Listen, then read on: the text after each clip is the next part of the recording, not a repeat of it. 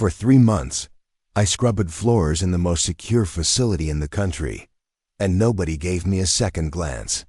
I emptied trash cans filled with classified documents that could topple governments. I mopped up coffee spills in rooms where generals planned operations that would never make the evening news. Security guards barely nodded when I wheeled my cart past checkpoints that required 3 forms of identification for everyone else. Before we jump back in, tell us where you're tuning in from, and if this story touches you, make sure you're subscribed, because tomorrow I've saved something extra special for you. They saw exactly what I wanted them to see.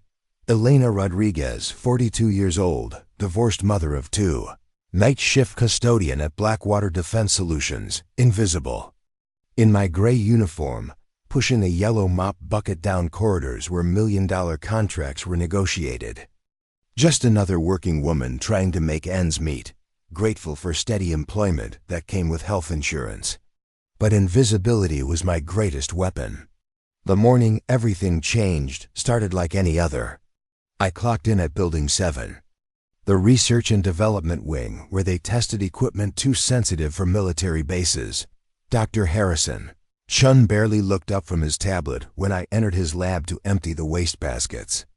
He was reviewing prototype specifications for something called Project Nightfall, muttering about payload capacity and penetration depth. I'd been watching Chun for weeks. Brilliant engineer, terrible spy, and completely unaware that his research. Assistant Marcus Webb had been photographing classified blueprints with a camera hidden in his coffee thermos. Webb thought he was clever, timing his shots when Chun stepped out for his hourly cigarette break. He had no idea that I'd been documenting his activities, memorizing his patterns, waiting for the right moment to act. The facility's real security team would have taken Webb down officially, but official arrests meant paperwork, investigations, and uncomfortable questions about how foreign agents had infiltrated a supposedly impenetrable compound. Sometimes problems needed to disappear quietly, and that's where people like me came in. Webb made his move during the midnight shift change, when corridor traffic was lightest and security cameras cycled through their programmed blind spots. He slipped into Chun's lab using the cloned keycard he'd created from stolen access data. Smart enough to avoid the main entrance, clever enough to disable the motion sensors, but not quite smart enough to notice that someone had been tracking his every move for the past month. I was mopping the hallway outside when he emerged, flash drive hidden in his jacket pocket, probably thinking he'd just secured enough classified information to retire comfortably in whatever country was paying him. He walked past me without a glance, another invisible service worker beneath his notice. That was his first mistake. His second mistake was taking the service elevator to avoid the main security checkpoint.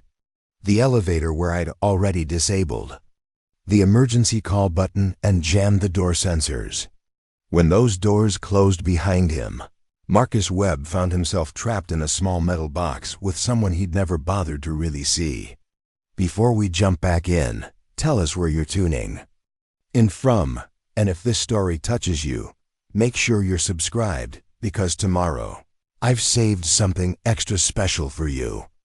The transformation happened in the space between floors. One moment I was Elena the janitor, humble and forgettable in my shapeless uniform. The next moment I was who I'd always been underneath, a problem solver trained by people whose names appeared in no official records, whose existence was denied by governments that desperately needed their services. Webb noticed the change immediately. Something in my posture, maybe, or the way my grip shifted on the mop handle. His hand moved toward the concealed pistol under his jacket, but I was already moving. The mop handle caught his wrist with surgical precision, the kind of strike that severed nerve connections without breaking bones. His fingers went numb instantly, the gun clattering to the elevator floor. He tried to grab for it with his other hand, but the mop bucket was already in motion, 30 pounds of industrial plastic and soapy water that caught him across the chest and sent him stumbling backward into the elevator wall. The impact drove the air from his lungs, and before he could recover, the mop handle was across his throat, applying just enough pressure to make breathing difficult, but not impossible. Webb's eyes went wide with the sudden understanding that he'd made a catastrophic error in judgment. The woman holding him wasn't some random custodian who'd stumbled into the wrong situation. This was someone who knew exactly what she was doing, someone who'd been watching him, learning his patterns, waiting for exactly this moment. The elevator continued its descent while I explained his situation in calm professional tones. He had stolen classified materials that belonged to the United States government. He was in possession of a weapon on federal property. He had committed acts of espionage that carried a potential death sentence. But there was an alternative to the official channels that would normally process someone in his position. He could return the stolen data, provide information about his handlers, and accept immediate extraction from the country with a new identity and enough money to start over somewhere that extradition treaties were more suggestions than requirements. Or he could continue pretending this was some kind of misunderstanding and discover exactly how creative a trained operative could get with basic cleaning supplies. Webb chose cooperation. By the time the elevator reached the basement level, he'd surrendered the flash drive, provided contact information for his foreign handlers, and agreed to make a phone call that would expose the entire spy network that had been operating inside Blackwater Defense Solutions. I released him, stepped back, and returned to being Elena Rodriguez, night shift janitor, while he stood gasping against the elevator wall. The security footage would show a custodian helping a distressed employee who'd apparently suffered some kind of panic attack in the elevator. Nothing suspicious, nothing that would warrant investigation. Just two people whose paths had crossed briefly in the normal course of their respective jobs. I finished my shift as scheduled, emptying trash cans and mopping floors while Webb made his calls and arrangements for his immediate departure from the country. By morning, the spy network would be rolled up, the stolen data recovered, and the security breach closed without anyone outside a very small circle ever knowing what had really happened. The facility's official records would show that Marcus Webb had resigned his position due to a family emergency and relocated overseas. His keycard access would be revoked, his personnel file archived, and his research projects reassigned to other team members. Another day at the office, another problem solved quietly and efficiently. But sometimes the problems weren't foreign spies or industrial espionage. Sometimes they were much worse. 3 days later, I was cleaning the executive conference room when Director Patricia Kane received a phone call that made her face go white. She spoke in hushed, urgent tones about a situation that had developed at the company's overseas facility in Montenegro. Something about a research team that had gone dark, communication equipment that had been sabotaged, and hostile forces that had taken control of the entire compound. The conversation lasted 20 minutes, during which I learned that 12 American scientists were being held hostage by a paramilitary group that wanted access to experimental weapons technology. The official rescue operation would take days to organize and approve, assuming the State Department could even acknowledge that the facility existed. By then, the hostages would either be dead or disappeared into the kind of black market where brilliant minds were sold to the highest bidder. Kane ended the call and sat staring at her desk, probably calculating how many careers would be destroyed if 12 civilians died because of bureaucratic delays. She didn't notice me collecting the empty coffee cups from the conference table. Didn't realize that someone who could solve this particular problem was standing 3 feet away, invisible in her gray uniform. That night, I requested vacation time for a family emergency. 3 days paid leave, effective immediately, approved without question because reliable custodial staff were hard to find and Elena Rodriguez had never missed a shift or caused any problems. 24 hours later, I was on a cargo plane heading for Eastern Europe. carrying a duffel bag filled with items that appeared to be nothing more than professional cleaning supplies. Mop handles that could be assembled into precision. Weapons, industrial chemicals that became explosive compounds when properly mixed. Spray bottles that dispensed more than disinfectant when the situation required it. The Montenegro facility was built into a mountainside, designed to be impregnable from conventional assault. 30-foot walls, armed guards, electronic surveillance. Systems that covered every approach.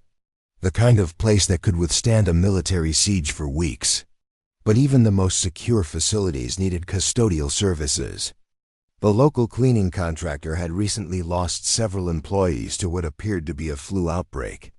Nothing suspicious, just bad luck that left them short-staffed during the critical period. They were desperate enough to hire temporary help.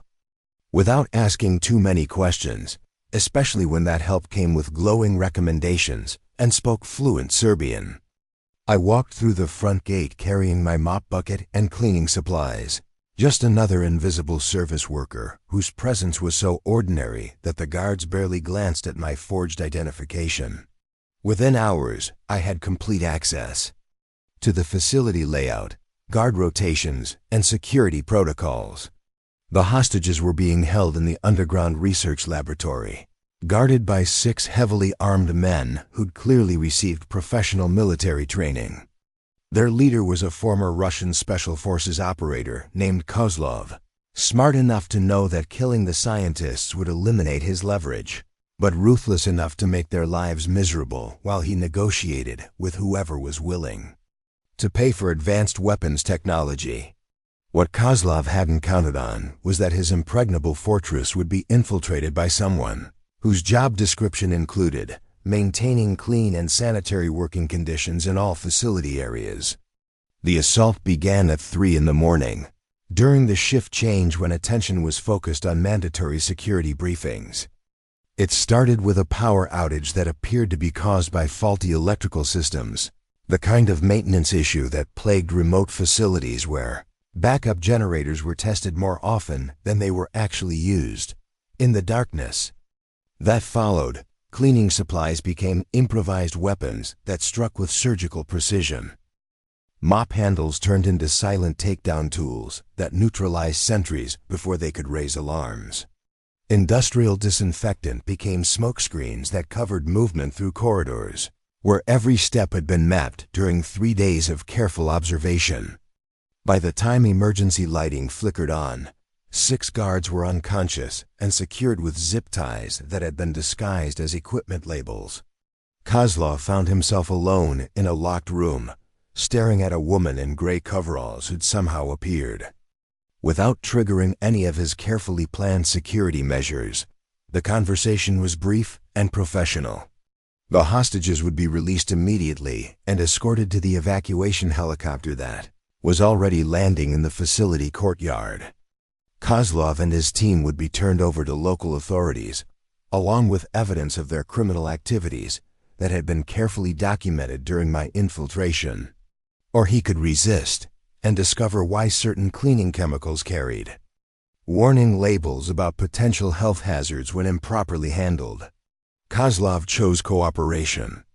12 hours later, the American scientists were safely aboard a transport plane heading home, debriefed and sworn to secrecy about the details of their rescue. The official report would state that they'd been freed during a joint operation between local law enforcement and private security contractors. No mention of custodial staff or improvised weapons made from cleaning supplies. I returned to my position at Blackwater Defense Solutions the following Monday, resuming my duties as Elena Rodriguez, night shift janitor. The facility director never knew that one of his employees had just conducted a successful hostage rescue operation using nothing more than professional cleaning equipment and 30 years of specialized training that officially didn't exist. But that was only the beginning. The problem with being too good at your job is that eventually someone notices. Not the obvious things like spotless floors or perfectly aligned trash bins, but the subtle patterns that trained observers pick up when they're looking for anomalies. 3 weeks after the Montenegro operation, I realized I was being watched. Agent Sarah Mitchell from Internal Security had been conducting what she called routine employee background verification, but her questions were too specific, her timing too convenient. She'd show up in areas where I was working, asking casual questions about my previous employment, my family situation, my reasons for taking a night shift position at a defense contractor. Nothing that would raise red flags with human resources. But everything that suggested someone suspected Elena Rodriguez wasn't exactly who she claimed to be. The truth was that Elena Rodriguez had died in a car accident 7 years ago in Phoenix, Arizona. Single mother, no living relatives, minimal social media presence. Perfect identity for someone who needed to disappear into the background of American society. Her social security number, employment history, and personal details had been carefully reconstructed by people whose job was creating bulletproof cover identities for assets who needed to operate in plain sight. But Agent Mitchell was persistent in ways that made me think she'd been trained by the same people who'd trained me. She had the patience to wait for mistakes, the intelligence to recognize patterns that most investigators would miss. When she started asking maintenance staff about my work habits, I knew it was time to either eliminate the threat or find out exactly what she knew. The opportunity came during the monthly emergency drill, when all personnel were required to evacuate the building and assemble in designated areas outside. Standard procedure designed to test response times and identify potential security vulnerabilities. But emergency drills also created chaos. And chaos provided cover for activities that needed to happen away from surveillance cameras and curious witnesses. I intercepted Mitchell in stairwell C, halfway between the 3rd and 4th floors, where the acoustics would muffle conversation and the emergency lighting created perfect shadows for a private discussion. She wasn't surprised to see me, which confirmed that this meeting had been inevitable from the moment she'd started her investigation. Agent Mitchell had done her homework. She knew that Elena Rodriguez's fingerprints didn't match any records in government databases. She knew that my employment references led to companies that existed only on paper. She knew that someone with my supposed background couldn't afford the quality of shoes I wore or the dental work that was visible when I smiled. What she didn't know was why someone with obvious intelligence training was working as a janitor in a facility that housed some of the country's most sensitive research projects. Her working theory was industrial espionage, possibly foreign intelligence operations, but she couldn't explain why a spy would work so hard to remain invisible instead of actively gathering information. The conversation lasted 15 minutes. During which I learned that Mitchell had been investigating unexplained security incidents at government facilities across the country. Break-ins that left no evidence, thefts where nothing appeared to be missing, personnel problems that resolved themselves without official intervention. She'd identified a pattern of subtle interventions that suggested someone was operating outside normal channels, cleaning up problems before they became public scandals. Her investigation had led her to Blackwater Defense Solutions, where the recent disappearance of Marcus Webb and the mysterious resolution of the Montenegro crisis had raised questions about whether the facility was receiving unofficial protection from unknown sources. She'd been tasked with identifying the source of these interventions and determining whether they represented a threat to national security. I explained that her investigation was unnecessarily complicated because she was asking the wrong questions. The security incidents she documented weren't evidence of foreign infiltration or criminal activity. They were proof that certain problems required solutions that couldn't be implemented through official channels, by people whose existence couldn't be acknowledged by the agencies that needed their services. Mitchell was smart enough to understand the implications. She was looking at someone who worked for an organization that didn't officially exist, conducting operations that were never officially authorized, solving problems that could never be officially acknowledged. The kind of gray area work that kept democratic governments clean while ensuring that necessary tasks got completed. But understanding the situation and accepting it were different things. Mitchell had sworn an oath to protect national security through legal channels, following proper procedures and constitutional guidelines. The idea that shadow operatives were conducting unauthorized missions on American soil violated everything she'd been trained to believe about how intelligence work should function. That's when I showed her the files. Every custodial cart in the facility contained a hidden compartment designed to look like routine cleaning supply storage. Mine contained detailed documentation of every operation I'd conducted over the past 18 months, complete with photographs, audio recordings, and aftermath reports that proved each intervention had prevented security breaches that would have compromised national interests. The web case alone had exposed a spy network that included 12 foreign agents operating inside defense contractors across 3 states. The Montenegro rescue had prevented experimental weapons technology from reaching terrorist organizations that would have used it against American targets. 6 other operations had neutralized threats ranging from industrial sabotage to assassination plots targeting government officials. Mitchell reviewed the evidence with the methodical attention of someone trained to identify deception and propaganda. But the documentation was genuine, corroborated by security footage and communication intercepts that painted a clear picture of threats, neutralized before they could cause damage that would have made front-page news. The question wasn't whether these operations had been necessary. The question was whether someone operating without official oversight could be trusted to make life and death decisions that affected national security. Mitchell wanted guarantees that I wasn't conducting unauthorized missions for personal gain or foreign interests, assurances that someone was monitoring my activities to prevent abuse of power. I told her about the Oversight Committee, 7 individuals whose identities were known only to each other, who reviewed and approved every operation before it was authorized. Former intelligence directors, retired military officers, senior officials, from agencies that couldn't be named in public forums. People whose loyalty to American interests had been proven through decades of service, who understood that some problems required solutions that couldn't be implemented through normal channels. Every mission I'd conducted had been planned, reviewed, and authorized by people who had access to intelligence that wasn't available to field agents like Mitchell. They saw threats that wouldn't become visible to official agencies until damage had already been done, patterns that could only be recognized by individuals with access to information from multiple classified sources.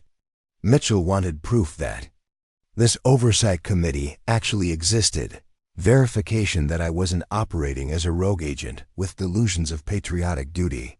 But proof would require security clearances that took years to obtain, background investigations that would reveal more classified information than someone at her level was authorized to access. Instead, I offered her a different kind of verification. The next time she identified an unexplained security incident at a government facility, she could contact a specific phone number that would connect her to people who could provide context, without revealing sources or methods. Not proof of authorization, but confirmation that someone with appropriate authority was aware of the situation. She accepted the arrangement with obvious reluctance, understanding that she was agreeing to operate in the gray areas that made career intelligence officers uncomfortable. But she also understood that some problems were bigger than her personal comfort with ambiguous situations. National security sometimes required accepting that certain questions couldn't be answered through normal channels.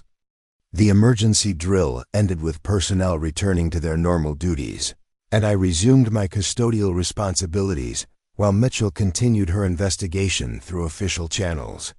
But our relationship had changed from adversarial to collaborative, with both of us understanding that we were working toward the same goals through different methods. That understanding became crucial 2 months later, when the Blackwater facility faced a threat that neither official security nor shadow operations could handle alone. The crisis began with a routine security audit that discovered unauthorized modifications to the facility's computer network. Sophisticated malware that had been dormant for months before activating simultaneously across multiple classified systems. The attack wasn't random cybercrime or foreign espionage. Someone had spent enormous resources and planning time to compromise every major defense contractor in the country simultaneously, creating a coordinated assault on America's most sensitive military research projects. The malware was designed to copy files, corrupt databases, and plant false information that would take months to identify and correct. Initial response followed standard protocols. Network access was severed, backup systems were activated, and cybersecurity teams began the process of identifying and removing malicious code. But the attack had been planned by people who understood how government agencies would respond to this kind of crisis. Every countermeasure was anticipated. Every defensive strategy had been neutralized before it could be implemented. Within hours, classified information from dozens of facilities was being transmitted to servers in countries that didn't cooperate with American law enforcement. Research data worth billions of dollars was disappearing into networks that would sell it to hostile governments or terrorist organizations. The damage was escalating faster than official response could contain it. That's when Mitchell contacted the phone number I'd given her, explaining the situation to people who had access to resources that weren't available through official channels. Preparing and narrating this story took us a lot of time, so if you are enjoying it, subscribe to our channel. It means a lot to us. Now back to the story. The response was immediate and decisive. This wasn't a problem that could be solved through normal cybersecurity protocols. It required someone who could operate in physical spaces, while technical specialists worked in digital environments.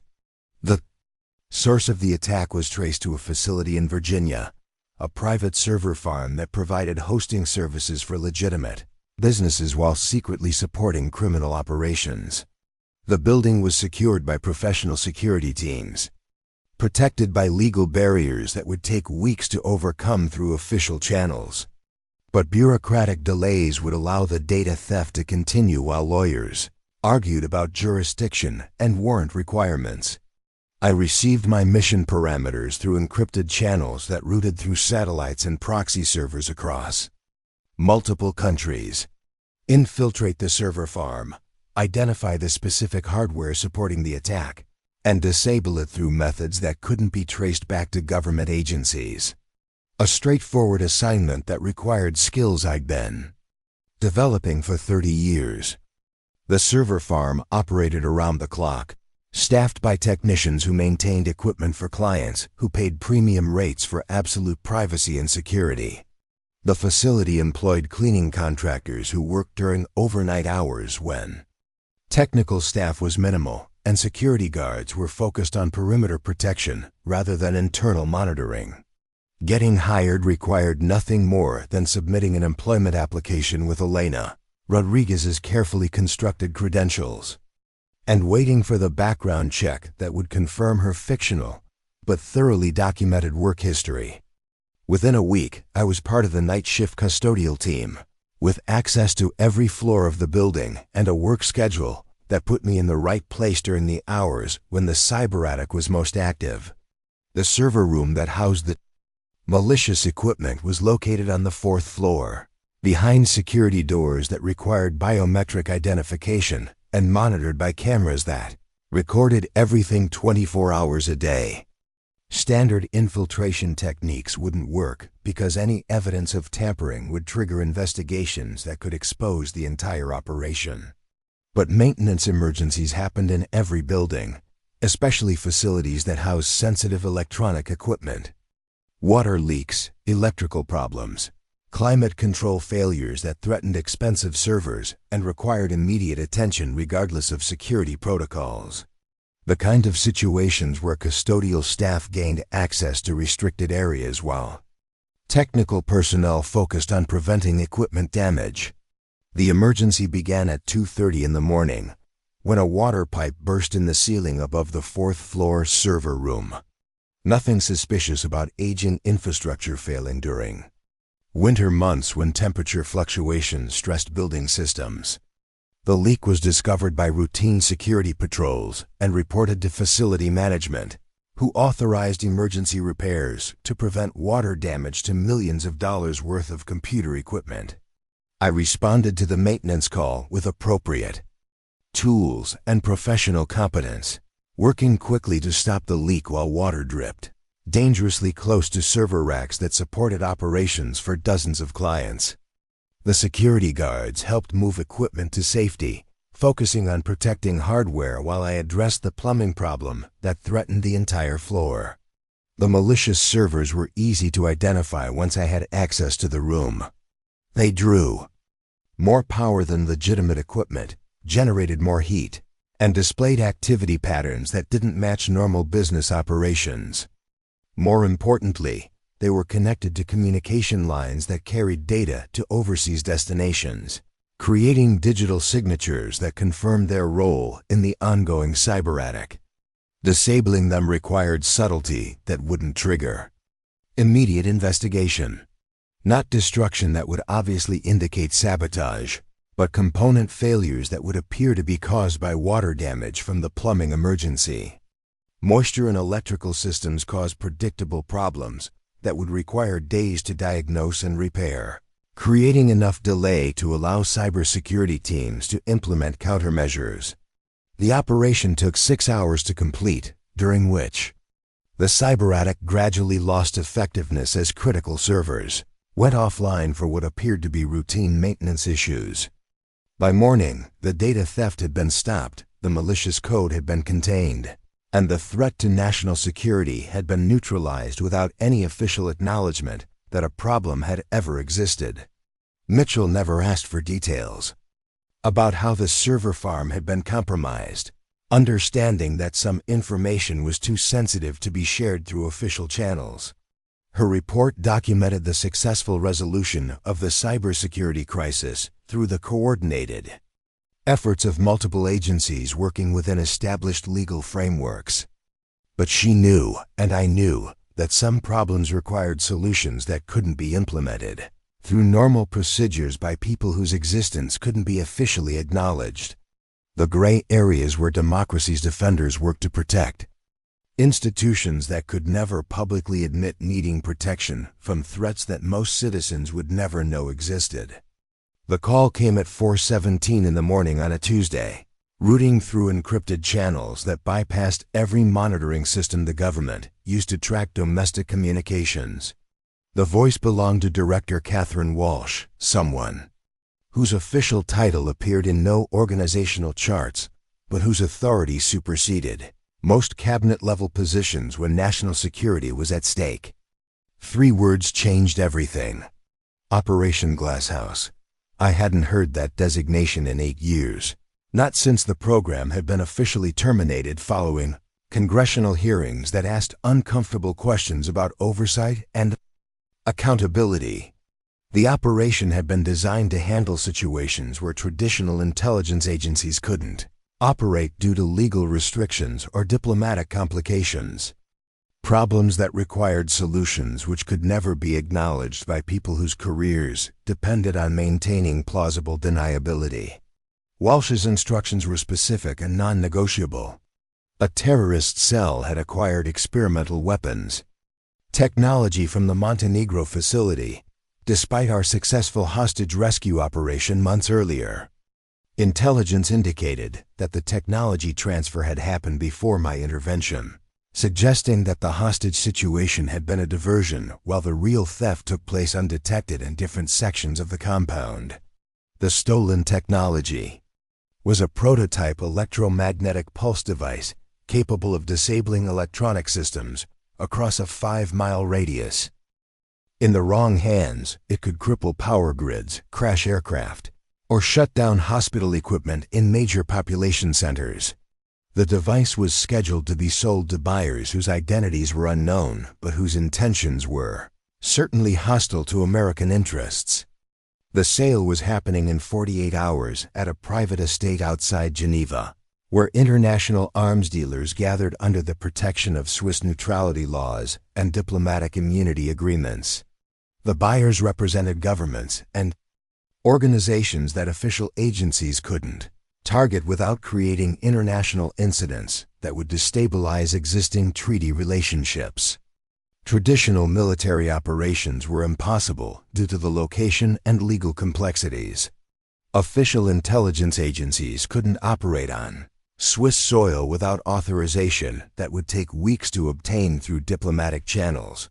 By the time legal approvals were secured, the device would have disappeared into networks that specialized in making dangerous technology available to the highest bidders.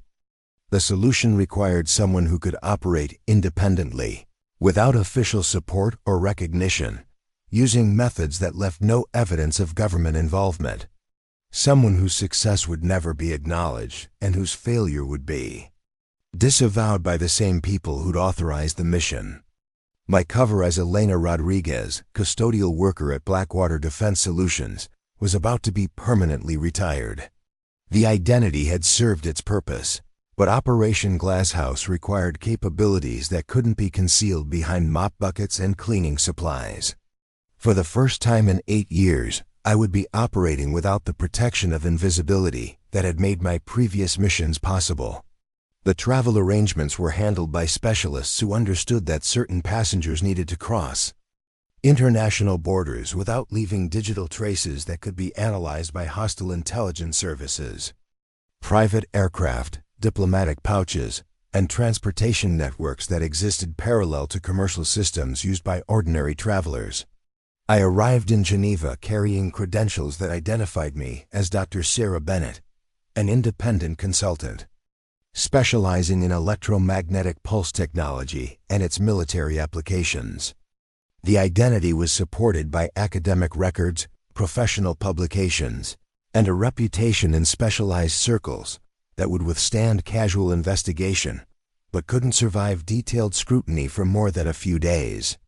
The estate where the arms sale was taking place belonged to Viktor Kozlov, the same former Russian Special Forces operator I'd captured during the Montenegro operation. He'd been released from custody through prisoner exchange agreements that prioritized diplomatic relationships over justice for individual crimes. Within months, he'd resumed his career in international arms dealing, this time with enhanced security. Arrangements designed to prevent interference from agencies like the one that employed me. Kozlov's estate was built into the Swiss Alps, accessible only by helicopter or a single mountain road that could be easily monitored and defended. The compound included guest accommodations for buyers who traveled from around the world to acquire technology that couldn't be purchased through legitimate channels. Electronic jamming systems prevented surveillance from satellites or aircraft, while private security teams ensured that business transactions proceeded without interference from law enforcement agencies. Getting invited to the sale required establishing credibility as a serious buyer with access to significant financial resources. Dr. Sarah Bennett's reputation in electromagnetic pulse research had attracted attention from intermediaries who specialized in connecting technology developers with organizations that had unconventional procurement requirements. The cover story was that I represented a private military contractor seeking defensive systems to protect critical infrastructure from electromagnetic attacks. Plausible enough to justify interest in the stolen device, vague enough to avoid questions about specific clients or intended applications. The kind of business relationship that arms dealers preferred because it provided legal protection through layers of corporate structure and contractual agreements. The helicopter flight to Kozlov's estate provided aerial reconnaissance that confirmed intelligence reports about security arrangements. Motion sensors throughout the surrounding forest, sniper positions on elevated terrain, and communications. Equipment that could summon reinforcements from mercenary units based in neighboring countries. The compound was designed to repel military assault, not to defend against infiltration by someone who understood how such facilities operated. The other buyers represented the usual collection of government proxies and terrorist organizations that attended international arms sales. Intelligence services from countries that couldn't officially purchase American military technology. Revolutionary groups that needed advanced weapons to overthrow governments that enjoyed Western support. Criminal organizations that specialized in selling exotic military equipment to clients whose identities were protected by Swiss banking secrecy laws.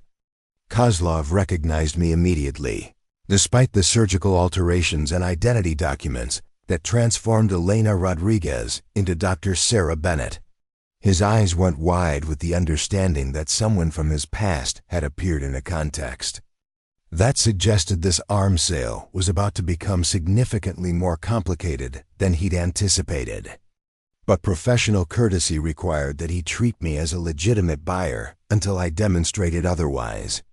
The stolen device was displayed in his private laboratory, connected to monitoring equipment that demonstrated its capability to disable electronic systems within its operational radius. Impressive technology that would certainly attract premium prices from buyers who understood its military applications. The auction proceeded according to established protocols, with sealed bids submitted by representatives who communicated through intermediaries to protect their identities from competitor analysis. The bidding started at $10 million and escalated quickly as buyers recognized the strategic value of technology that could neutralize enemy electronics without causing permanent infrastructure damage.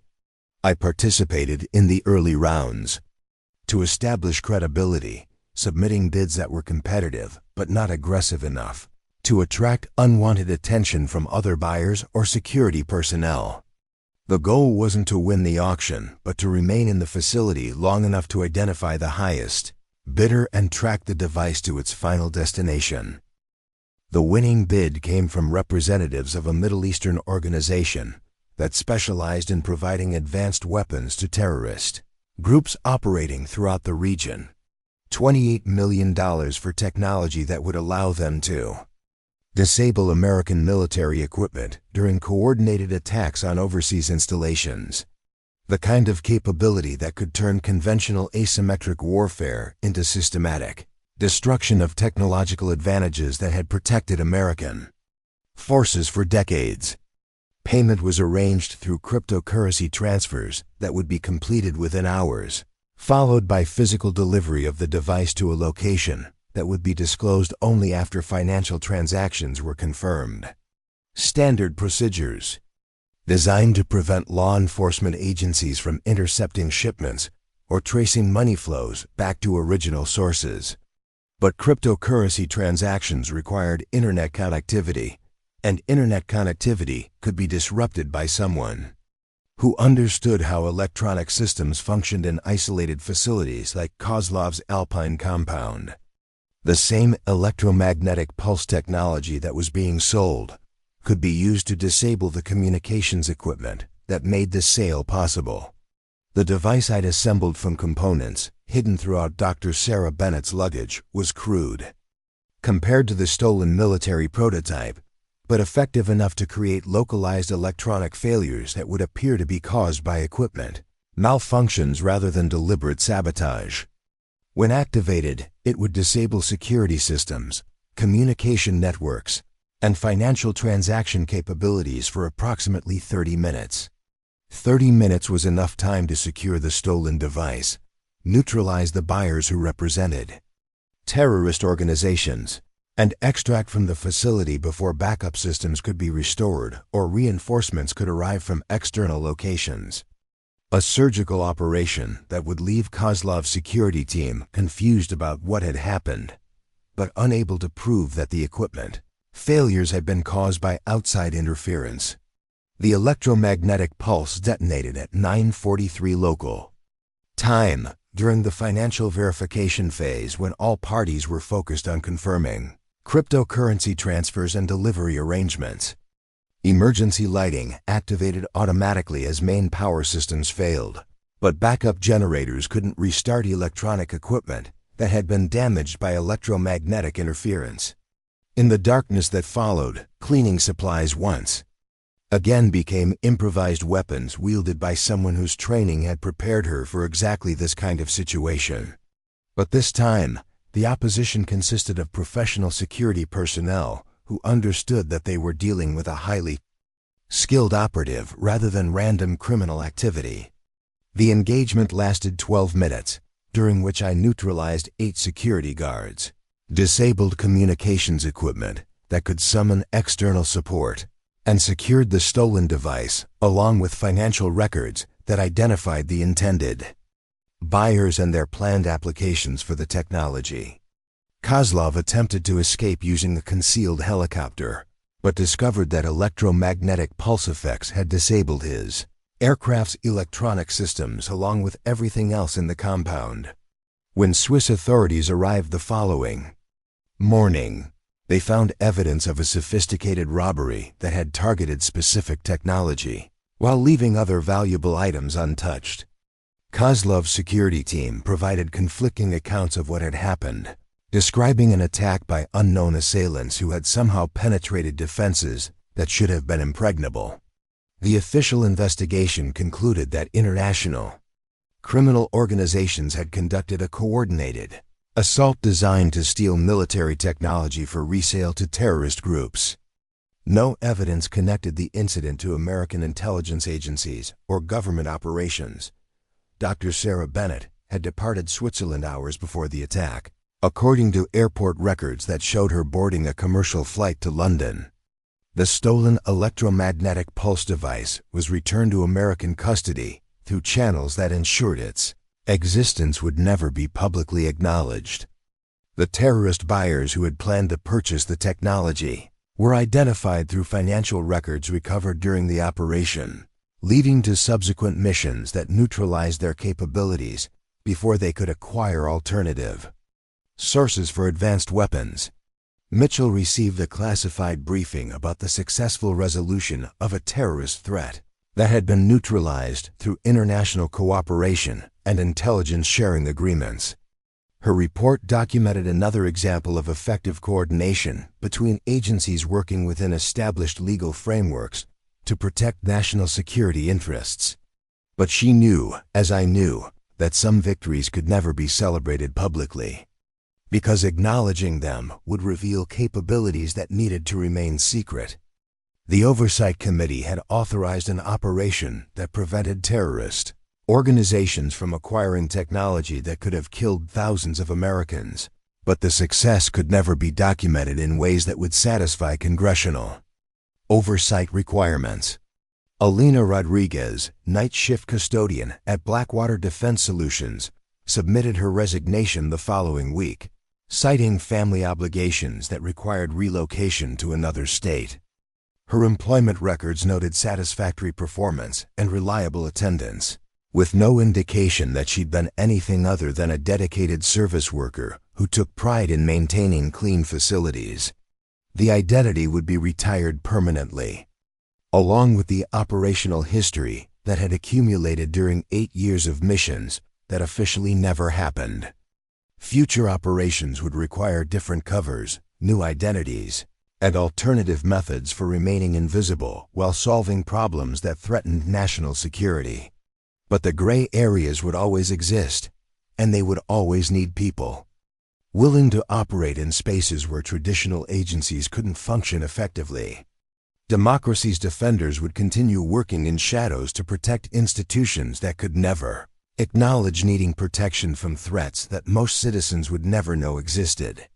Sometimes the most important victories were the ones that nobody could ever know about, achieved by people whose existence had to be denied by the same government they'd sworn to protect. The wolf that hunted silently to keep the sheep safe, invisible until the moment when invisibility became the weapon that saved everyone. The retirement party for Elena Rodriguez was exactly what you'd expect for a custodial worker who'd served faithfully for 8 years without causing any problems. Cake from the grocery store bakery, coffee in styrofoam cups, and polite speeches about dedication to maintaining clean facilities.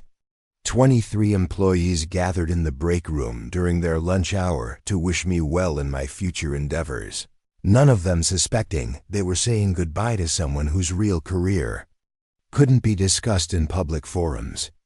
Director Kane presented me with a certificate of appreciation and a gift card to a restaurant chain, thanking Elena for her reliability and professional attitude. The facility security chief mentioned that night shift custodial positions were difficult to fill with trustworthy people, and that my replacement would have considerable expectations to meet. Standard workplace pleasantries that masked the reality that some people were irreplaceable for reasons that could never be explained. Agent Mitchell attended the gathering, maintaining her cover as someone conducting routine employee exit interviews. For internal security, her questions were appropriately bureaucratic, focusing on facility procedures and workplace satisfaction rather than the classified operations that had brought us together under circumstances that neither of us could acknowledge publicly. But her handshake lingered just long enough to convey understanding that our professional relationship had been more complex than official records would ever indicate. The custodial staff presented me with a plaque commemorating my years of service, signed by co-workers who'd shared countless overnight shifts, maintaining a facility whose real purpose they understood only in general terms.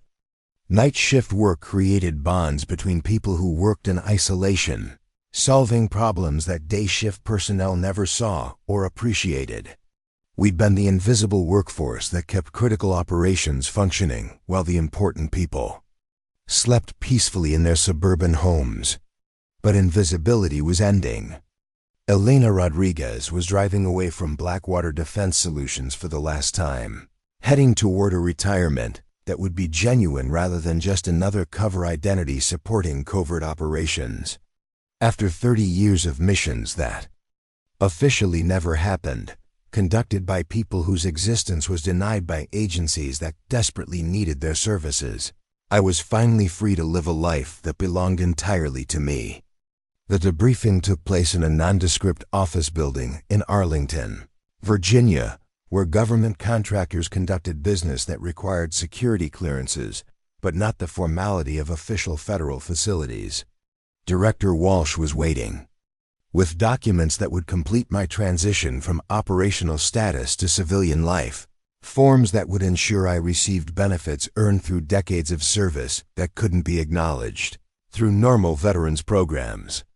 The paperwork was extensive but straightforward, covering medical care, financial support, and legal protection for someone whose retirement needed to be carefully managed to prevent accidental disclosure of classified information. Standard procedures for people whose careers had been spent in gray areas, where traditional employment records couldn't accurately reflect their contributions to national security. Walsh reviewed my operational history with the methodical attention of someone who understood that certain accomplishments deserved recognition even when they couldn't be publicly celebrated. 47 missions conducted across 6 continents, neutralizing threats that ranged from terrorist plots to industrial espionage to assassination attempts targeting government officials. 0 operational failures, 0 friendly casualties. 0 security breaches that could be traced back to my activities. The statistical summary was impressive but incomplete, failing to capture the personal cost of maintaining cover identities that required suppressing authentic relationships and emotional connections.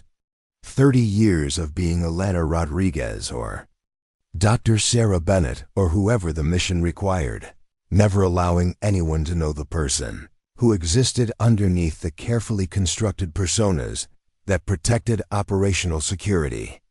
But those costs were accepted when I'd volunteered for training that would transform me into someone capable of operating in situations where traditional military or intelligence personnel couldn't function effectively. The Oversight Committee had invested considerable resources in developing capabilities that could address threats through methods that left no evidence of government involvement.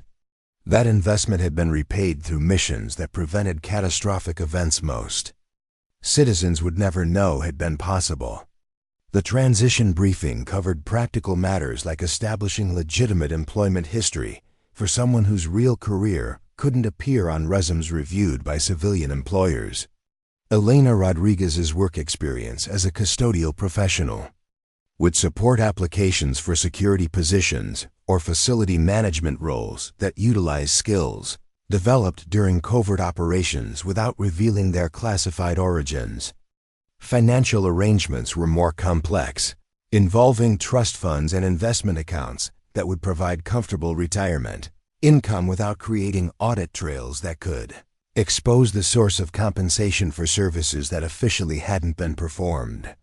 The money had been earned through missions that saved lives and protected national interests, but explaining that to Internal Revenue Service investigators would compromise operational security for programs that needed to remain classified. Walsh emphasized that retirement didn't mean complete disconnection from the intelligence community that had defined my adult life. Certain situations might require consultation with someone who possessed my specific expertise and operational experience. Not active missions requiring field deployment, but advisory roles that could help current operatives avoid mistakes that might compromise their effectiveness or survival. The possibility was both reassuring and concerning. Reassuring because it suggested that my knowledge and experience retained value beyond active operational status.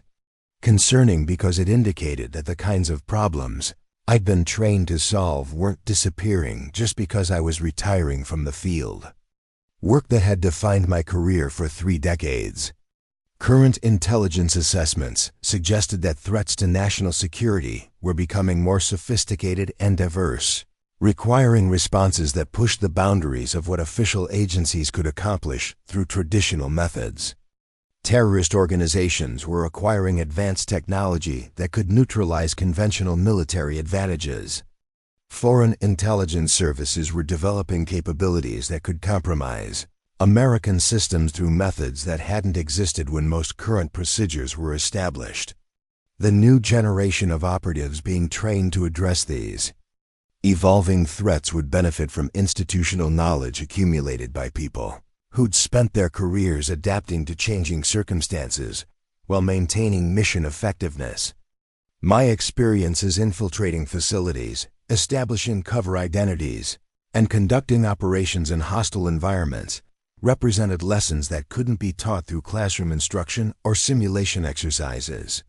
But teaching those lessons would require careful balance between sharing knowledge and protecting classified information that could compromise ongoing operations if disclosed to people without appropriate security clearances. The challenge was developing training programs that prepared new operatives for real-world conditions while maintaining operational security for methods and capabilities that needed to remain secret. Walsh offered me a position as senior instructor at a facility that trained specialists for assignments requiring non-traditional approaches to national security challenges. The work would involve developing curricula that prepared operatives for situations where conventional military or intelligence training wasn't sufficient, using my operational experience to create scenarios that tested decision-making abilities under conditions that couldn't be replicated through standard training methods. The position offered intellectual stimulation and professional purpose that would ease the transition from active operations to civilian life. Instead of conducting missions personally, I would be preparing other people to conduct missions that might be even more critical than the operations I'd completed during my own career. The work would contribute to national security while allowing me to live openly rather than maintaining cover identities that prevented authentic relationships. But accepting the position would mean remaining connected to a world I'd been trying to leave behind for years. The constant awareness that somewhere, operatives trained through programs I'd helped develop would be conducting missions similar to those that had defined my own career. The knowledge that success or failure in future operations might depend partly on lessons I'd taught or training methods I'd developed. The decision required balancing personal desires for normal life against professional obligations to contribute capabilities that could protect American interests in ways that might not be possible through other means.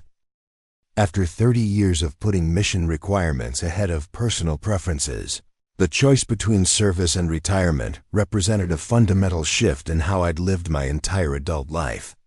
I asked for time to consider the offer, understanding that Walsh needed an answer within weeks rather than months, because training programs were being redesigned to address emerging threats that couldn't wait for extended deliberation periods. Current operatives were facing challenges that required knowledge I'd accumulated through experiences that couldn't be easily replaced or replicated through alternative sources. The drive home took me through Virginia countryside that looked peaceful and normal, populated by families and businesses that functioned without awareness of the threats that required constant vigilance from people whose existence they couldn't acknowledge. Soccer fields where children played games that would be impossible if certain terrorist plots had succeeded.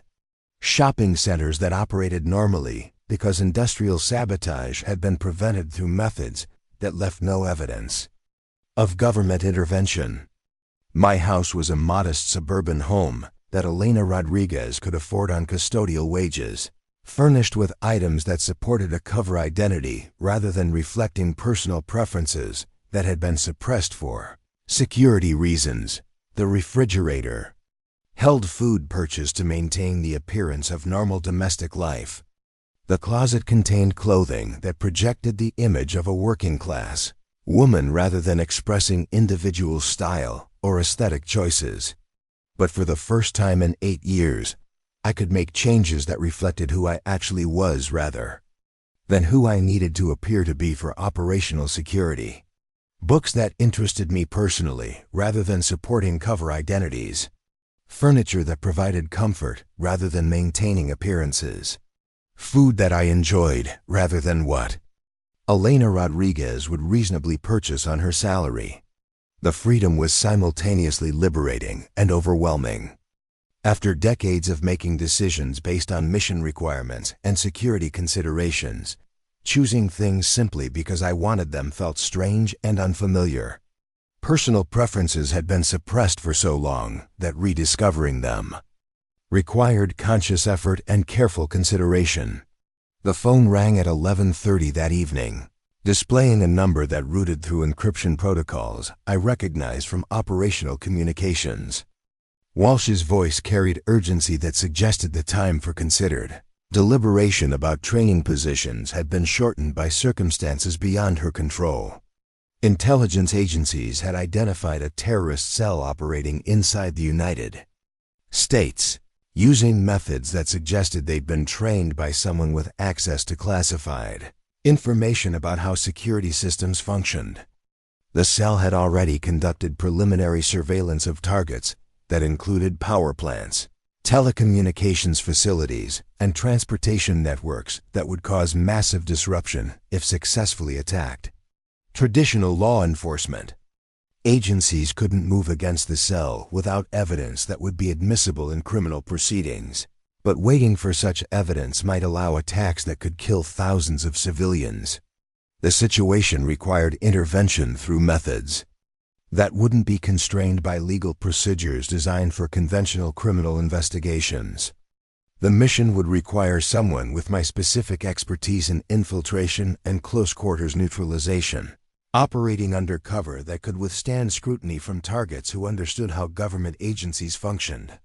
Not a training, position, or advisory role, but active deployment for one final operation that could prevent catastrophic terrorist attacks on American soil. Walsh's request was direct and honest. She needed Elena Rodriguez to come out of retirement for a mission that couldn't be accomplished by anyone else currently available for deployment.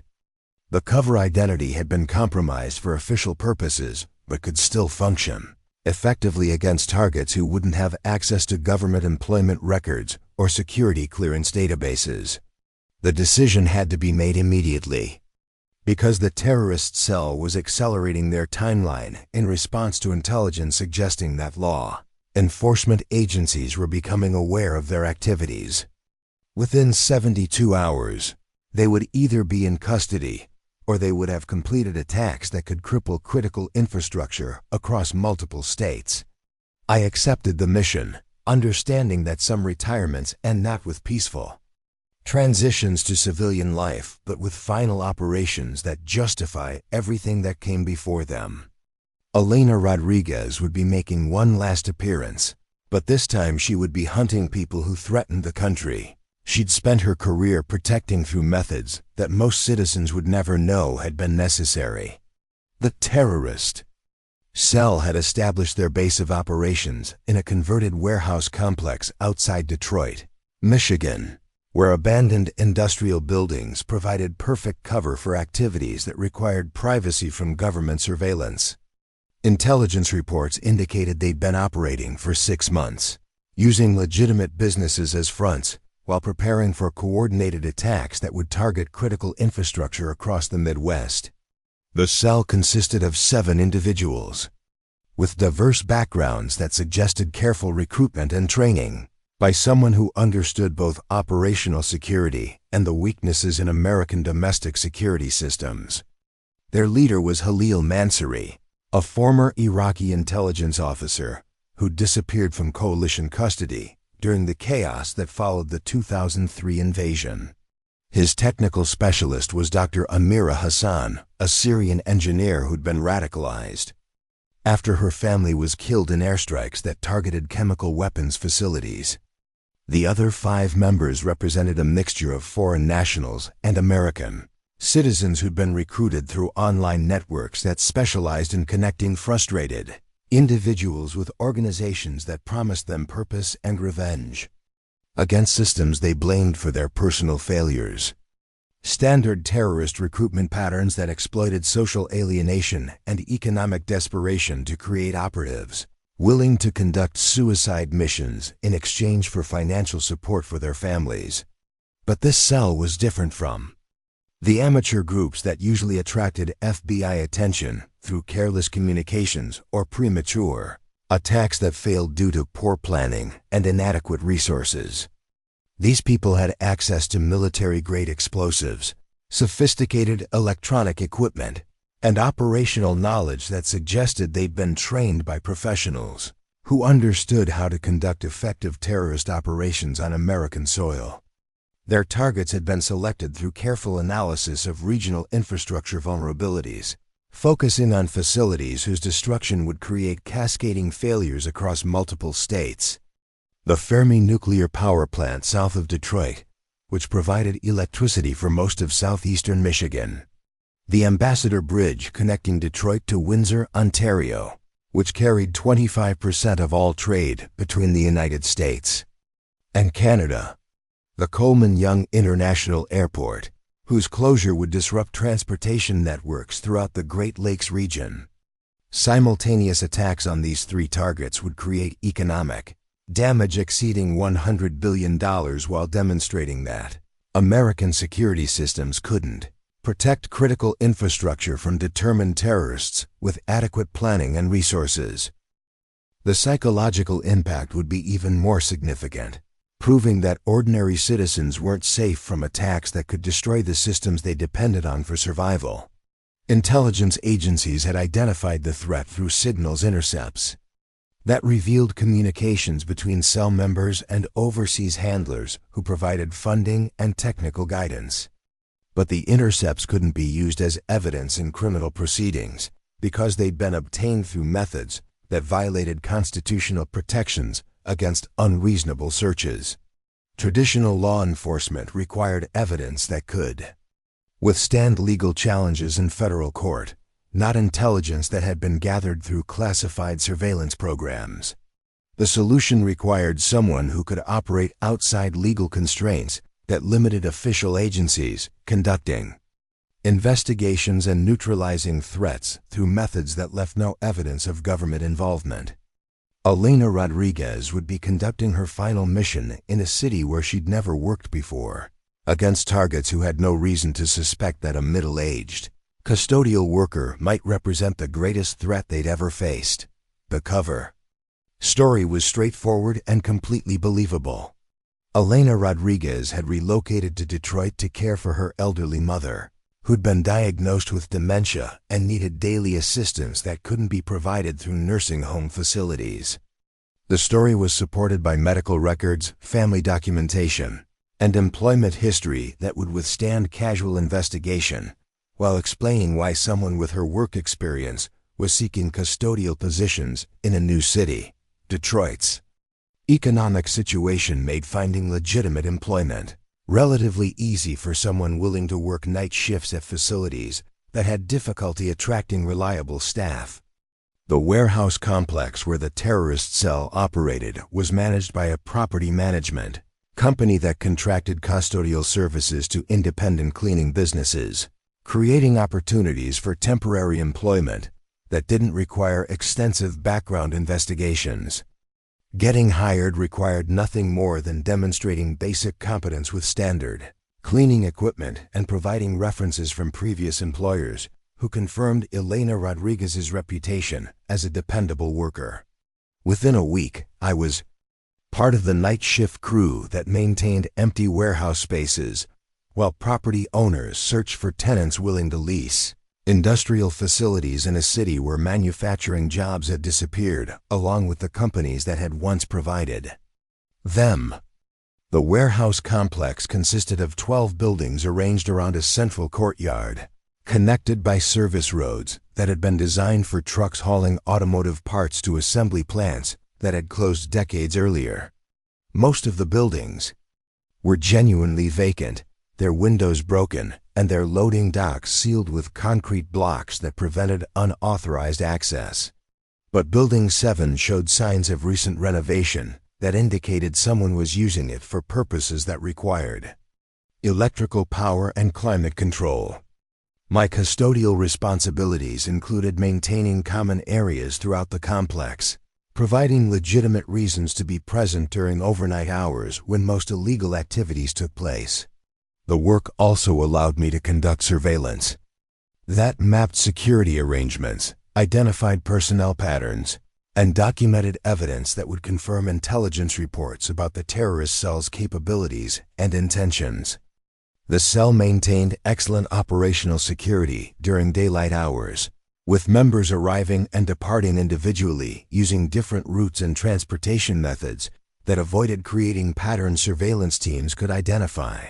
But night shift activities were more intensive, involving technical work that required extended collaboration between team members who needed to coordinate complex preparations for attacks that would be conducted simultaneously across multiple targets. Dr. Hassan spent most evenings working in a laboratory she'd established in the building's basement, assembling explosive devices that combined commercial chemicals with electronic components smuggled through customs checkpoints that focused on traditional weapons rather than dual-use materials that could be legally imported for legitimate purposes. Her devices were sophisticated enough to penetrate security systems protecting critical infrastructure, designed by someone who understood both the technical requirements for effective terrorism and the defensive measures that would be used to prevent attacks. Halil Manzari coordinated overall planning from a command center equipped with communications equipment that allowed secure contact with overseas handlers who provided funding and strategic guidance. His military experience was evident in the systematic approach he used to analyze target vulnerabilities and develop attack scenarios that would maximize damage, while minimizing the possibility of premature discovery by law enforcement agencies. The other cell members handled logistics, surveillance, and security tasks that supported the technical specialists while maintaining cover identities that allowed them to move freely through communities where they conducted reconnaissance missions. They worked jobs that provided access to target facilities, established relationships with people who could provide information about security procedures, and gathered intelligence that would be essential for executing successful attacks. But their operational security had a critical weakness that none of them recognized. They assumed that custodial workers were invisible, background figures, whose presence was so ordinary that they could be ignored during conversations about sensitive topics. Late-night cleaning activities provided perfect cover for surveillance. Operations that documented their plans, capabilities, and timeline for executing attacks that would demonstrate America's vulnerability to terrorists Operations conducted by small cells with adequate resources and training. The intelligence I gathered confirmed that the cell was planning to execute their attacks within 10 days, using explosive devices that would be positioned during shift changes when security attention was focused on personnel transitions rather than monitoring for unauthorized access to critical areas. The timing was designed to maximize casualties among workers while ensuring that the resulting damage would be extensive enough to cause long-term disruption to regional infrastructure systems. Preventing the attacks required neutralizing all 7 cell members simultaneously before any of them could warn the others that their operation had been compromised. Traditional arrest procedures wouldn't work because the evidence against them had been gathered through methods that violated constitutional protections, making prosecution impossible even if law enforcement agencies could prove their guilt beyond reasonable doubt. The solution required eliminating the threat through methods that would appear to be accidental or criminal rather than government intervention, protecting both the classified sources that had identified the cell and the operational capabilities that might be needed for future missions. The deaths needed to look random, unconnected to each other or to any government agency that might have been monitoring their activities. But eliminating 7 people without creating evidence of systematic assassination required careful planning and precise execution that left no witnesses or physical evidence that could trigger investigations leading back to intelligence agencies. Each death needed to appear natural or accidental, occurring in circumstances that wouldn't suggest coordination between different incidents happening across the Detroit metropolitan area. The operation began on a Thursday evening when Dr. Hassan was working alone in her laboratory, preparing final modifications to explosive devices that would be deployed the following week. Her work required mixing chemicals that produced toxic fumes, necessitating ventilation systems that would protect her from accidental exposure to compounds that could cause respiratory failure or neurological damage. Industrial accidents happened regularly in improvised laboratories where safety procedures were ignored in favor of operational security that avoided attracting attention from authorities who monitored commercial chemical purchases. Dr. Hassan's death appeared to be caused by ventilation system failure that allowed toxic fumes to accumulate in an enclosed space where she was working with compounds that became lethal when concentrated beyond safe exposure levels. The second elimination occurred the following morning when Omar al-Rashid, the cell's surveillance specialist, suffered an apparent heart attack while conducting reconnaissance at the Ambassador Bridge. His medical history included cardiovascular problems that made sudden cardiac death entirely plausible for someone experiencing the stress of planning terrorist operations while maintaining cover employment that required physical labor in harsh weather conditions. The third death happened that afternoon when Yusuf Mahmoud, who'd been responsible for acquiring commercial vehicles that would be used to transport explosive devices to target locations, was killed in a traffic accident that occurred when his brakes failed while driving through an intersection during rush hour traffic. Mechanical failure was common in older vehicles that had been purchased through cash transactions designed to avoid creating paper trails that could be traced back to terrorist financing networks. The fourth elimination took place that evening when Saad Halil, the cell's communications specialist, was electrocuted while attempting to modify stolen electronics equipment in a garage that lacked proper electrical safety systems. Accidental electrocution was a frequent cause of death among people who worked with complex electronics without adequate training or safety equipment, particularly when such work was conducted in improvised facilities where building codes weren't enforced. 3 cell members remained, but they were becoming suspicious about the pattern of deaths that had eliminated their colleagues within 24 hours. Halil Mansouri activated emergency procedures that required the survivors to abandon their current location and establish communications through backup channels that would be more difficult for intelligence agencies to monitor or intercept. But emergency procedures also created vulnerabilities that hadn't existed when the cell was operating from secure facilities with established routines that minimized exposure to surveillance. Forced relocations required travel that exposed them to observation, while emergency communications created electronic signatures that could be tracked by agencies with appropriate monitoring capabilities. The fifth death occurred when Mohammed ibn Rashid, who'd been tasked with conducting final reconnaissance of the nuclear power plant, was found dead in his hotel room from what appeared to be a drug overdose. Toxicology analysis would reveal heroin contaminated with fentanyl, a combination that had killed thousands of addicts across the Midwest. His history of prescription drug abuse made the overdose entirely credible, particularly for someone experiencing stress that might drive him to seek chemical relief from anxiety about upcoming terrorist operations. Halil Mansouri and Ahmad al-Mahmoud, the two surviving cell members, attempted to accelerate their timeline and execute reduced-scale attacks using whatever resources they could salvage from their compromised operation.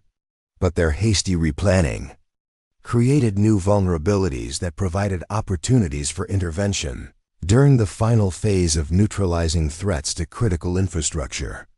The sixth elimination happened when Ahmad al-Mahmoud attempted to conduct a solo reconnaissance mission at Coleman Young International Airport, seeking to identify security vulnerabilities that could be exploited for a modified attack plan that would use fewer resources but still demonstrate terrorist capabilities.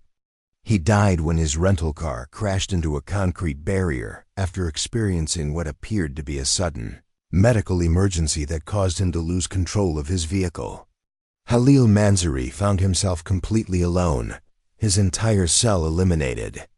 Through what appeared to be a series of unrelated accidents and medical emergencies that had occurred with suspicious timing but no obvious connection to government intervention. His military training told him that such coincidences were statistically impossible, but his intelligence background couldn't identify the source of systematic elimination that had destroyed his operation without leaving evidence of official involvement. Desperate to salvage some meaningful result from months of preparation, Mansouri decided to conduct a lone wolf attack using whatever explosive materials remained accessible after Dr. Hassan's death had contaminated her laboratory with toxic chemicals that made recovering her work extremely dangerous. His target would be the Ambassador Bridge, where a single large explosion could still cause significant economic damage, even if it didn't achieve the psychological impact that would have resulted from coordinated attacks on multiple targets. But lone wolf operations required capabilities that Mansouri didn't possess without support from technical specialists who could no longer provide assistance. His knowledge of explosives was limited to basic military applications, insufficient for the sophisticated demolition work needed to damage a suspension bridge designed to withstand seismic activity and severe weather conditions. His attempt to acquire additional explosive materials through criminal networks exposed him to surveillance that had been monitoring suspected terrorist supply chains throughout the region. But instead of official arrest that would require legal proceedings, Mansouri's elimination followed the same pattern that had neutralized his colleagues through incidents that appeared accidental or criminal rather than government intervention. The final death occurred when Halil Mansouri was found in his safe house, apparently killed during a robbery that had gone wrong when he'd attempted to resist armed intruders seeking cash and valuables. The crime scene suggested that multiple attackers had broken into his residence, killed him during a struggle, and escaped with whatever money and electronics they could carry quickly. Detroit police would investigate the incident as a random crime that reflected the city's ongoing problems with violent robberies targeting residents who appeared to have more resources than their neighborhoods would normally support. The investigation would find no evidence connecting Mansouri's death to terrorism or national security concerns, just another casualty of urban crime that claimed hundreds of lives each year in cities where poverty and desperation drove people to commit violent acts against their neighbors. The terrorist cell had been completely eliminated within a week, their planned attacks prevented through interventions that left no evidence of government involvement or official knowledge about threats that had never been publicly acknowledged. Intelligence agencies could not claim credit for preventing attacks that officially hadn't been credible threats to public safety. But they also didn't need to explain how constitutional protections had been circumvented to neutralize terrorism. Through extrajudicial killings, the warehouse complex where the cell had operated would be demolished within months. As part of urban redevelopment projects that cleared abandoned industrial facilities to make room for new construction that might attract businesses willing to invest in Detroit's economic revival. Building 7's basement laboratory would be buried under tons of concrete and steel, ensuring that any remaining evidence of terrorist activities would never be discovered by future investigators. Agent Mitchell received briefings about the successful resolution of criminal investigations that had identified and eliminated threats to regional infrastructure through effective coordination between federal and local law enforcement agencies. Her reports would document another example of how existing legal frameworks could address terrorism while protecting constitutional rights and maintaining public confidence in democratic institutions. But she understood that some threats required responses that couldn't be implemented through traditional law enforcement procedures, neutralized by people whose existence couldn't be acknowledged by the agencies that needed their services. The gray areas where democracy defended itself through methods that could never be subjected to congressional oversight or judicial review.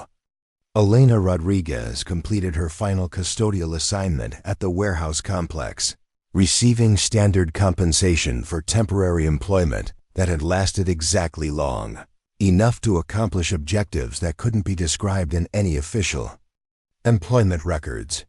Her resignation letter cited family obligations that required her immediate attention, explaining why she was terminating employment without providing standard 2-week notice.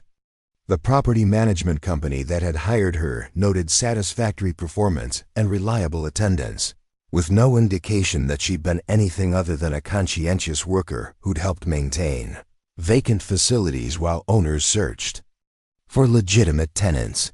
Her employment file would be archived with thousands of other temporary worker records that documented Detroit's transient labor market, where people frequently moved between short-term positions.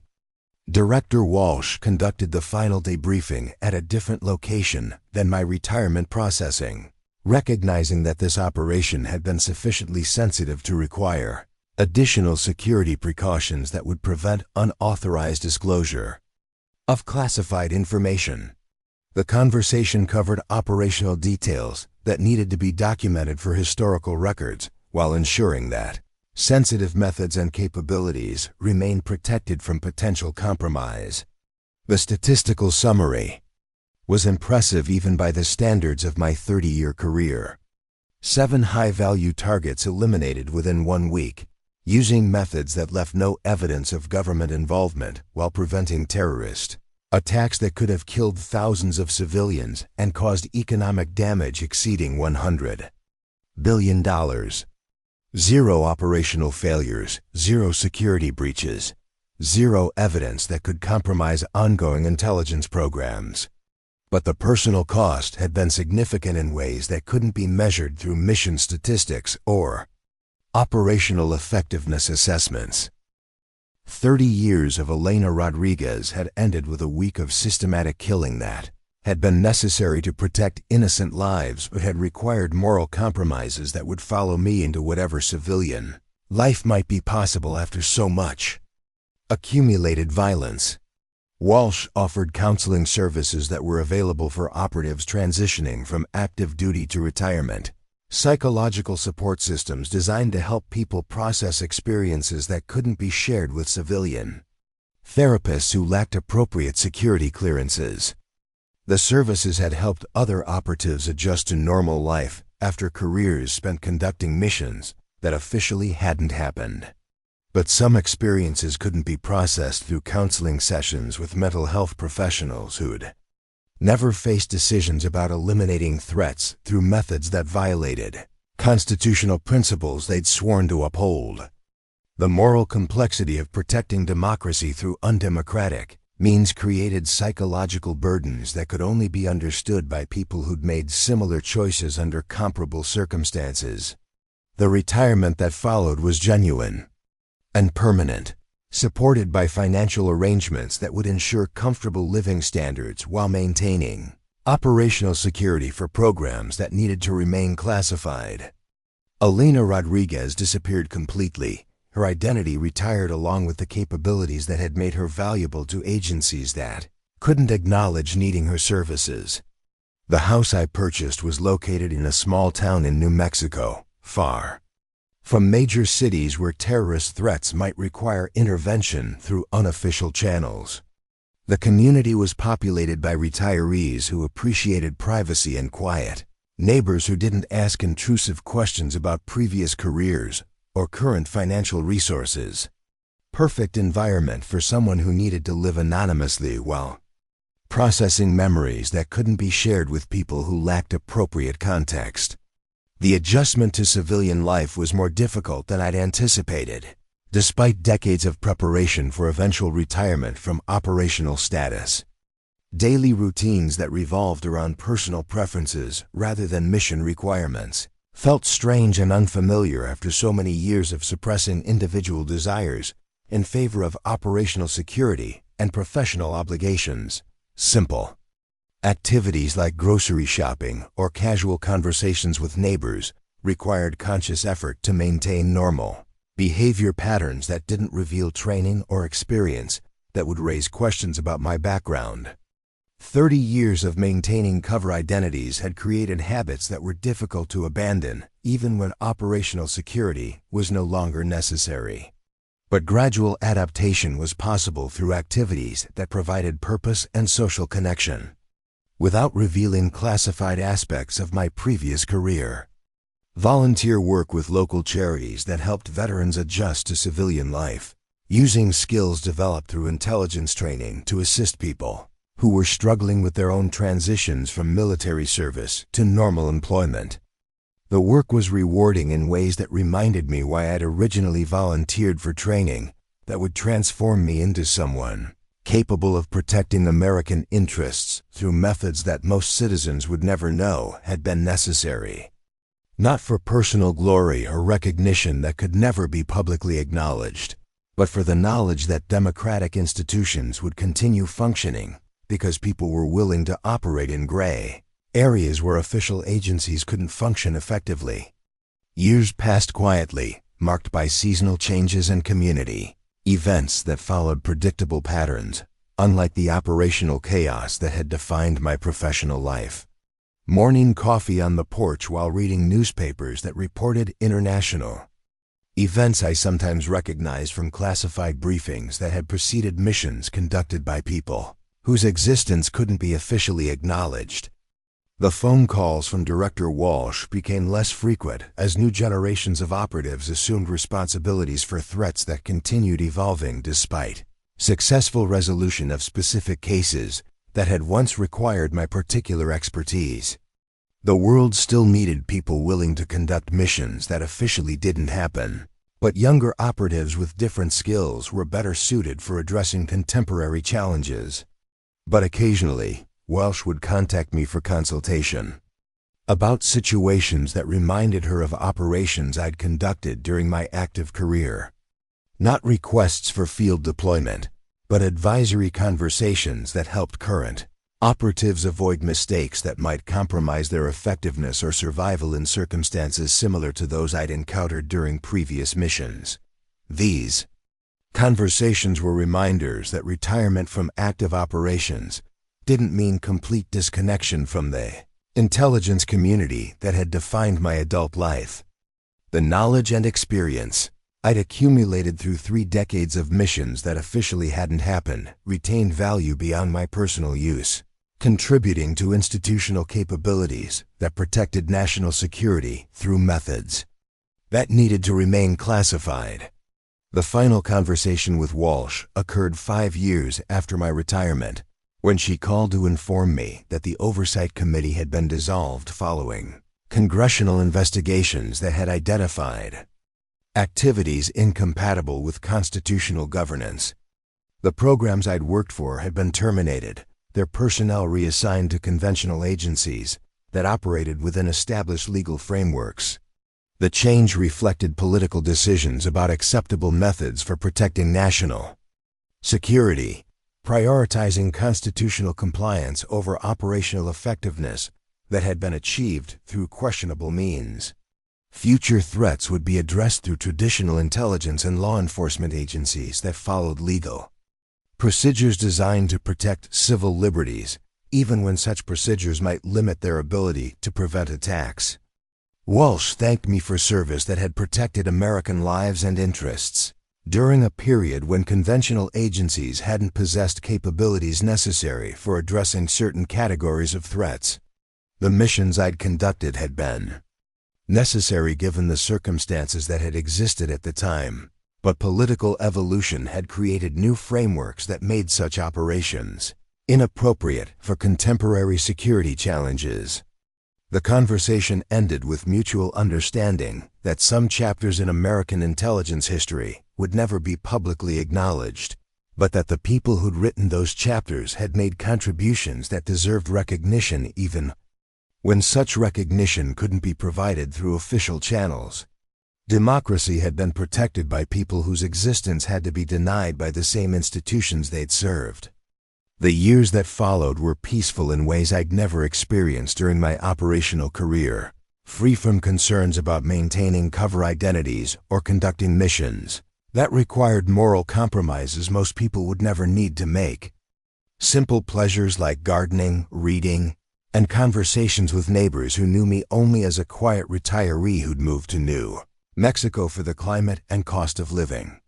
But sometimes, while reading news reports about terrorist attacks that had succeeded or infrastructure failures that had caused mass casualties, I wondered whether current security arrangements were adequate for protecting civilians who remained vulnerable to threats that might have been prevented through methods that were no longer politically acceptable.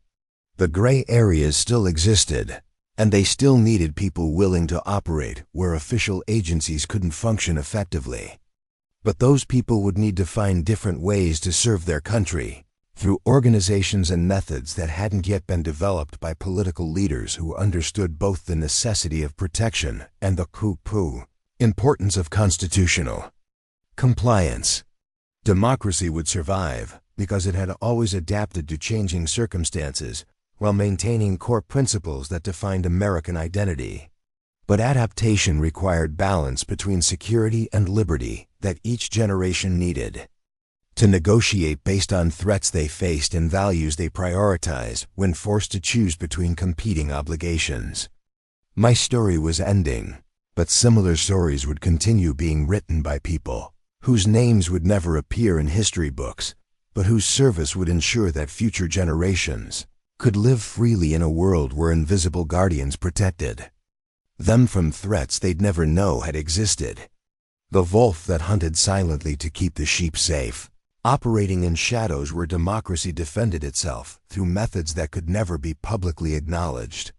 Up next, you've got two more standout stories right on your screen. If this one hit the mark, you won't want to pass these up. Just click and check them out.